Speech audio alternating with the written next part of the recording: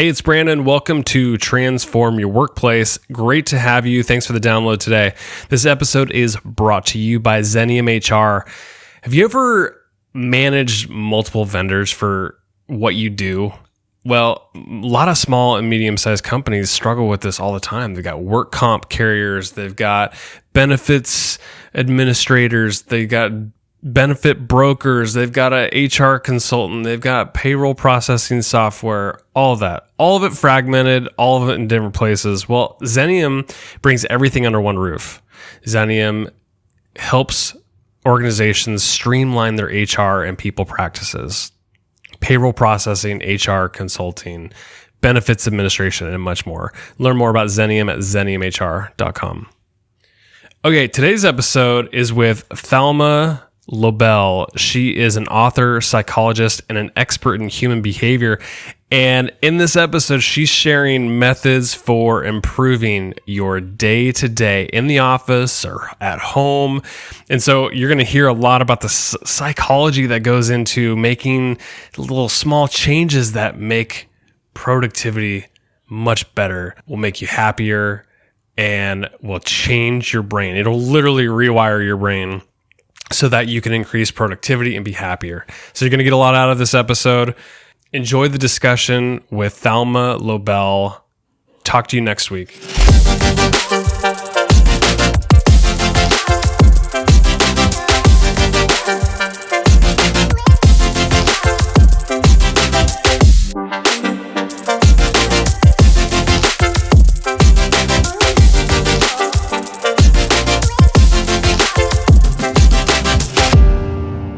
Hey, Thalma, it's a pleasure to have you on the Transform Your Workplace podcast. Thanks for coming on.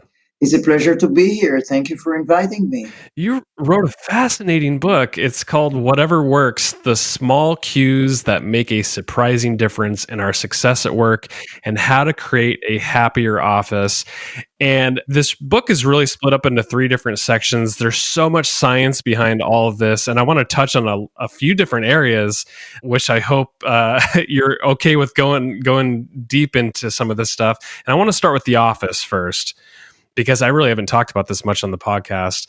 What does the science say about office layout? Because I know we've talked in the past a lot about whether the open office or the closed office is good. What does the research say? Well, the research in general says that it's better to be most of the time in a closed office. The ideal thing is to have both. Let me tell you what are the good things and the bad things about open and closed office. So, for example, the 2 main things that people complain all the time when they are sitting in an open office is lack of privacy and noise. Yeah. These are and a lot of people are really so aware of that it really disturbs their work. They're all the time aware that people are watching them, whom they are talking to. Maybe they don't like some people more than others, and everything is known. Cubicles are semi-private, but people are deprived of sunlight. Their views restricted, and they sit in a small space, so that's not good. Also, recently many companies used to move to open spaces. Walls between employees, if any, are built to a low height. And the rationale behind the open space is that it boosts teamwork and the exchange of ideas, leading to innovation and exchange ideas, and as a result, enhance productivity. Moreover, it saves organizations money. They use less space for all this. But there are studies done recently that showed that in open spaces, people talk less. They use more the email, and because they don't want all these interactions that everybody sees what you're doing. So actually, a lot of and of course the noise that a lot of people complain. And another thing which is interesting, studies showed that one of the things that disturbs the most is phone calls. When some other people talk on the phone, because you don't hear the whole dialogue, you hear only half of the dialogue. And that increases your curiosity. because you hear the other person, oh, wow, you don't say. So you think, what did he say? If you hear the whole dialogue, you're less interested. And that is why when you sit in a coffee shop and there is noise too, a lot of people are not disturbed by it because they are not interested. There are people that they don't know. They hear most of the dialogues are not that interesting. At work, when these are your colleagues and you hear part of the conversation, it really disturbs you. So the solution for many companies is to do the hybrid office. First of all, I want to say about the noise, put headphones. If you have no choice but to work in an open space and the noise disturbs you, try wearing headphones. You can listen to nature sounds or coffee shop sounds or other sounds that are meant to mask distracting noises in the office, or music if you like music. Also, another thing is lack of control in an open office. Because when you have your own office, you can control the light, you can control, often you can control the temperature. In an open space, you can't do that. So there are also some advices. Bring to your office a small lamp, bring a heater or something, or or something, that a fan that will be only for you. So these are things that that can help you. And as I said, a lot of workplaces now have both. They have open spaces, but they have also private offices, and people can work part of their time in a private office, and then do what they need in privacy and quiet atmosphere, and then also do some things in an open office where they can talk to others, they can change ideas, exchange ideas. Yeah. It seems like a hybrid approach would definitely work. And I think you even mentioned it in the book at one point where there's some companies and organizations that almost have like a fluid open environment, which means like you could basically go plug in and sit in different areas and just kind of pick up and move around. And that way you can probably collaborate with different people as you kind of move around. Do you see organizations doing that? Yeah. A lot of organizations, do that, and the idea behind it is that although you like to have your own desk, and you might have it in the private office, but in the open space, you work according to the needs. Okay, you want to work with this group now, so you plug, like you said, you plug your computer, or you go to the computer if it's there, and you work on that. So hybrid I think is the solution. Some people will tell you that they just want private offices. But a lot of people, especially the young people, also like a part of the benefits of the open space. So you can combine the two. You talked about lighting in the book, and I never really thought about lighting a whole lot as making a big impact in my day-to-day work. And I think this is, you talk about it for an office environment, but I think this really applies to the home office environment as people are working from home right now. So what does the science say about what kind of light we need to be the most productive?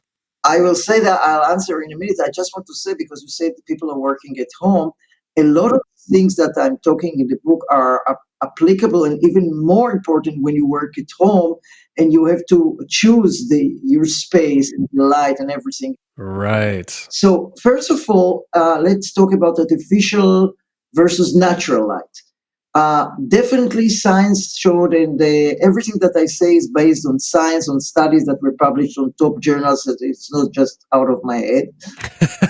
No, seriously. And the science said that artificial light is worse than natural light. Okay, that's good to know. Yeah, if you have the choice, pick up a room with a window. Sometimes you don't have the choice, like we talked before, if you sit in a cubicle. But if you do have a choice in the office or at home, choose a room with a window.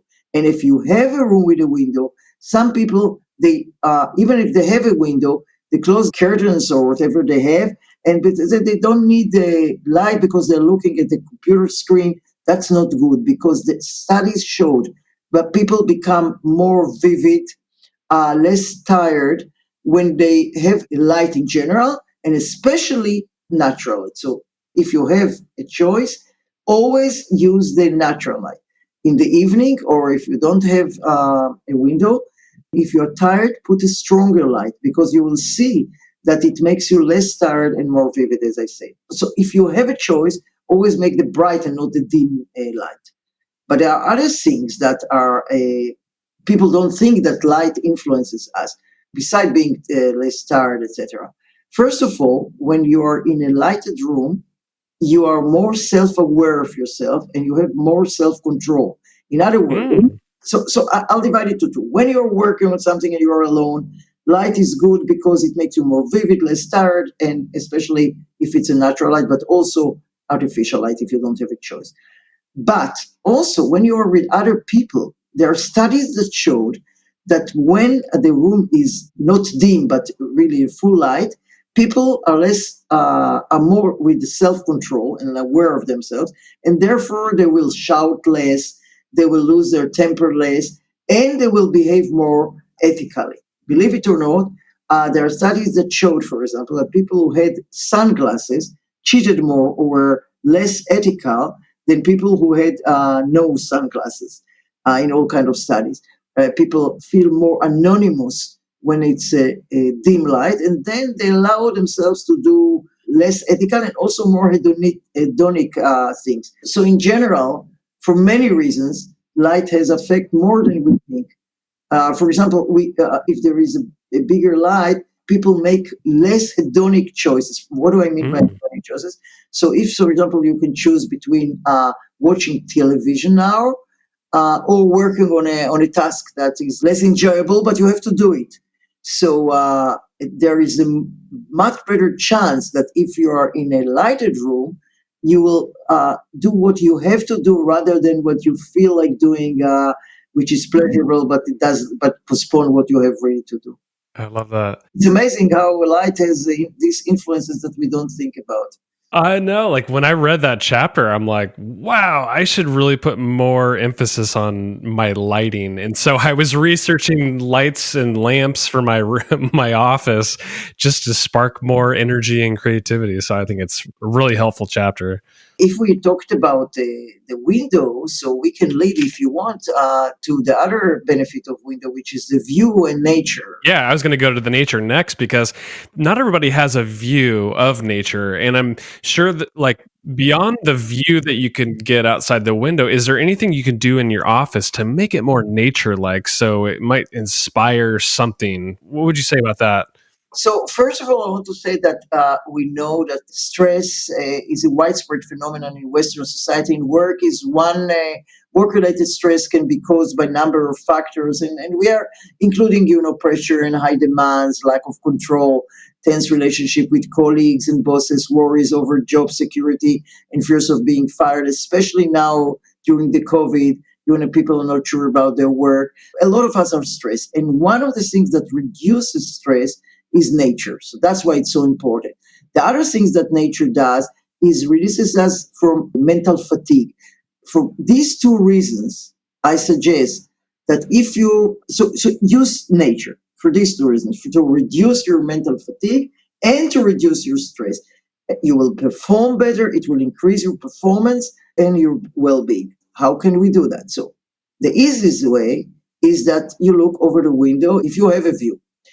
Also, I strongly recommend, even if you're very, very busy, get up from your desk and go even for 10 or 15 minutes out. If you can walk in nature or sit, it doesn't have to be a forest or a beach. If you have, that's great. But it can be also a garden with some trees. And there are studies that showed that when asked people, divided to two groups, one group sat in an urban environment, the other one sat in a natural environment. In several studies were done in Japan, for example, and they were sitting really in a forest. And their physiological measures were taken before they came and then after they sat or walked in nature or in urban society. And it was clearly shown that those who sat in a nature environment, for example, in this case it was forest, had lower blood pressure, lower cortisol, which is a stress hormone, and they really, really, on a physiological measure, felt less stress. And of course, they reported also that they were calmer and etc. compared to the setting urban. Another study was conducted in Stanford when they asked students to walk either in an urban environment near the campus or in a natural environment in park. And again, those who walk in the natural environment were less stressed and also performed better on some cognitive tasks. Because of that, I suggest, first of all, if you have a nature around you, go down from your office or from your home if you're working at home and look at some trees, flowers, etc. If you have water, if you have a river, whatever you have. But as you say, sometimes you don't have. And you don't have the time and you don't have a view and you're living or working in the middle of tall houses or buildings and you don't have anything to watch. So in this case, you can do virtual reality. You can turn on the computer and take a virtual walk in nature. Also listen to nature voices like birds or waves in the internet. Also, hang some nature photos in your office, or as I said, either if you work at home or in the office. Just look at them if you don't have nature outside. There is one study that showed that people were asked to do some cognitive task. In the middle of the task, they were stopped, and half of them were asked to look at a concrete roof. The other half looked at a roof that was covered with grass. And then they continued to work on the other half of the task. They looked at that picture only for 40 seconds, not minutes. And those who looked at the roof with the grass performed better. So I think that really shows that you should have this effort. As I said, if you do have a nature, go, even for 10, 15 minutes, sit down or walk in nature or look over the window. If you don't have, look at photos or in the internet, take a virtual walk, and that will help you increase your well-being, reduce your stress, and reduce your mental fatigue, and you perform better. For the listeners out there, you got to take Thalma's advice. Pause this podcast, go out for a walk in hopefully nature, and then turn the podcast back on. And hopefully that inspires people as they get back to work. I love all that advice. So let's shift over to interacting with people, because you have a lot of good ideas in there. And I'm going to throw you a curveball right here, because I imagine you wrote this book not when COVID was happening, but you start this section out by saying that the importance of like a good handshake. People make first impressions based on a handshake, whether it's an interview or a new colleague or whatever. So with COVID, now that we're a little leery of handshakes now, what is a good replacement for that? Exactly. This is the only chapter that I will take out for the COVID. When I wrote it, I didn't think about the COVID, of course, and let's not waste time on handshake because we don't do that now. So what is the question? The question is, what's a good replacement for making a good first impression, especially when you can't do physical touch like that? Depends, if you come to an interview or negotiation, there are many things that can help you. Let's start with clothes, for example. Yeah. A lot of people ask me, also based on my first book and on this book, whatever works, what should I wear for interview? And I say, I'm not giving you an answer what you should wear. You should just know that what you wear might influence the way you are perceived. And what is even maybe not less important, and people are not aware of that, it will influence the way you behave. And what do I mean by that? And that also goes for Zoom meetings, or that people now meet online via Zoom or all kind of, or Skype. People don't look; they see only my upper body. Yeah. So I think it's important to say the following. First of all, people do perceive you based on your clothes, and you have to know that, and then you decide what you want to wear. Wear something comfortable, but think about the norms of the company that you're going to, if you are interviewed for a job, think about the norms of that company and wear accordingly, at least for the interview. But there are studies that showed that women, for example, suffer more than men if they're wearing not according to the norms. For example, there are studies that show that a woman who wore one button open more than the other one, two women, one was wearing the same as the other one, but one of the two had one button more open. Not very provocative, but just one more button open, or the skirt was a little bit shorter. And then they were asked if she's a good manager or CEO, or another time she was presented as a secretary. When she was presented as a CEO, people thought she was less efficient and less good manager or CEO compared to the woman who had all their buttons closed. When she was a secretary, they didn't think that. So that shows, unfortunately, I'm very sorry for this result, but these findings that people do judge, especially women, as more efficient or less efficient based also on her clothes. So frustrating. Yeah, it's very frustrating, and I really hate these studies, but they were done correctly, and they still show that people do that, especially for women. Having said that, I don't say to women don't wear a little bit short skirt, but just know that sometimes people judge you accordingly, unfortunately. These things change, but they change very, very slowly. What I think a lot of your listeners don't know is that there are studies that showed that people who, the way that people wear or dress influence their own behavior. For example, there was one study that they gave one group white coat and another group, they didn't give them the white coat, in the white coat like a doctor's coat, and they asked them to perform some cognitive tasks. Those who were given the white coat performed better than those who were not given. They thought themselves as the doctors that influenced their performance. The second study, they gave both groups white coats, but one group was told it's a doctor's coat, the other group was told it's a painter coat. Those who were told it was a doctor's coat performed better. In yet another study, they gave people they asked people either to wear some business suit or come with sneakers and read like they're going to the gym. Yeah. And they asked them to negotiate on something. And they found that those who were wearing business suits were negotiating better. They came to better concessions. So that shows that the way you wear sometimes influences your own behavior.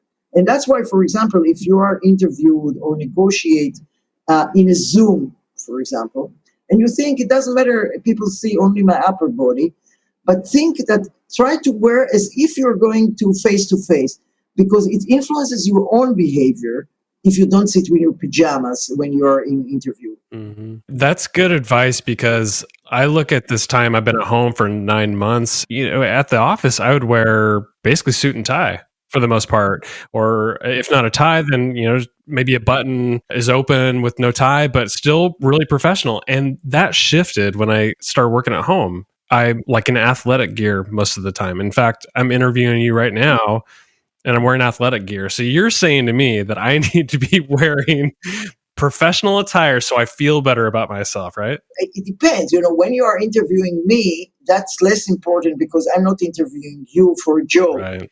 But if you are interviewed for jobs, some of the listeners, or if they're negotiating on a business deal, so think about it and try to wear what you wear if you were face to face, but also feel comfortable. You can be, more comfortable than where you can have it, no shoes, for example, or no heels if you're a woman. But remember, the way you dress influences not only the way you are perceived, but also your own behavior.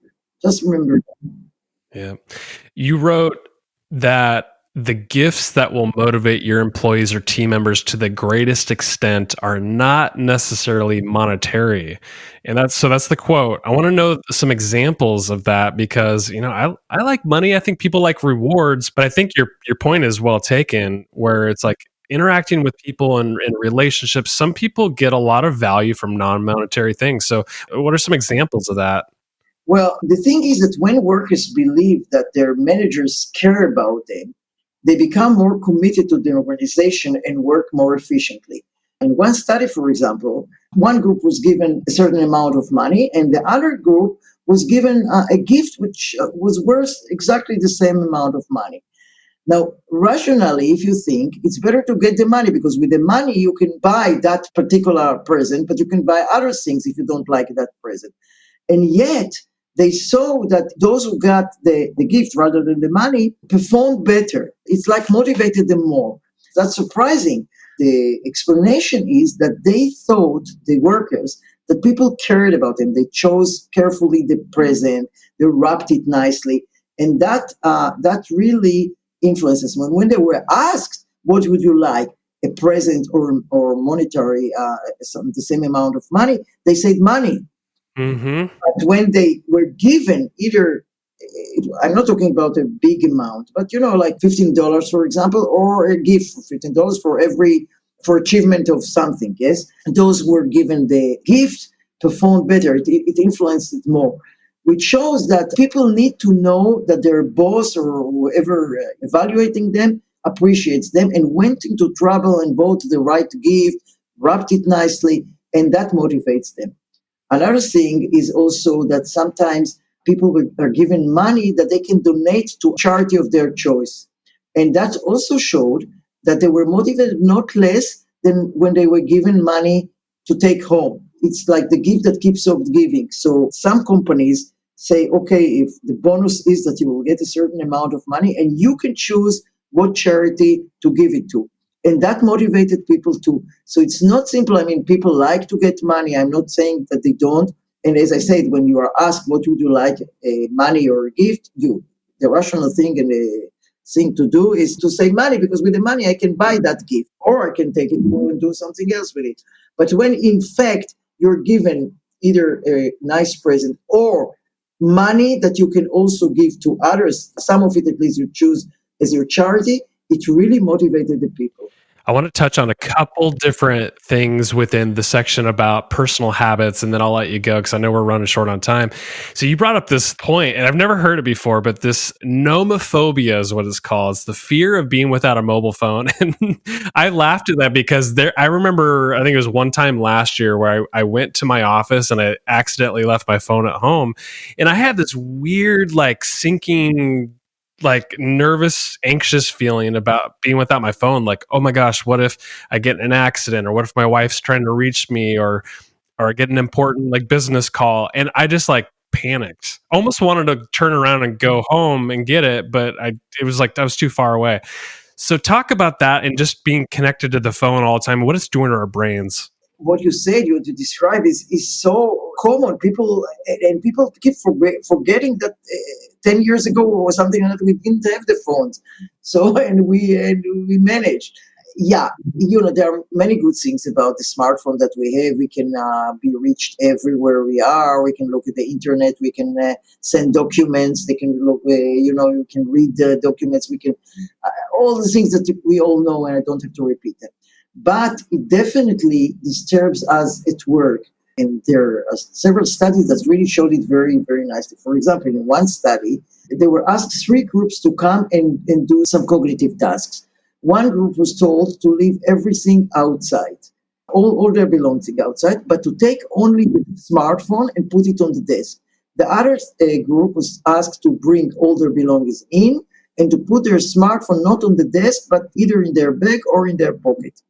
The third group was told to leave everything outside, including their smartphone. And then they were asked to do some cognitive tasks. Those who had the smartphone on their desk performed worse. Those who had the smartphone outside the room performed best. So then they said, although they didn't talk to it, but it was not turned off, maybe they looked at it, they picked if they had some messages. So they asked them to turn it off. So the smartphone was on this desk, but it was turned off. Still, they performed worse. So just the mere presence of the smartphone influences the performance of the people. So my suggestion is, when you work on something important that you have to concentrate, don't think, okay, my phone is turned off, which people don't do often, but suppose they will do. Take it and put it in another room. If you're working at home, that's very easy. Just put it in another room. If you're working in the office, put it someplace that you don't see. And really don't look at it at least for an hour or so till you finish something. Then you want to know if your wife called or something, or the messages or the stock exchange or whatever. Go and look. But then, again, put it in another room. There are studies really that the mere presence of it, even if it was turned off, I repeat, influence the performance of the people. So that's a really, really practical suggestion. And my book, Whatever Works, has many, many suggestions which are easy to implement, and they really influence our well-being and performance and creativity. We didn't have time to talk about creativity. I have So maybe another podcast, we'll talk about. Yeah, for sure.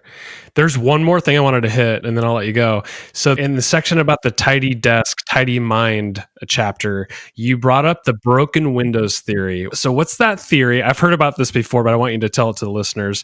What is that? And then how does it relate to the behavior we have at our work and just our office space? No, this I brought actually more in the ethical thing. The broken window showed that when something is, that there were graffiti everywhere, it was not clean, and as people threw some things on the floor.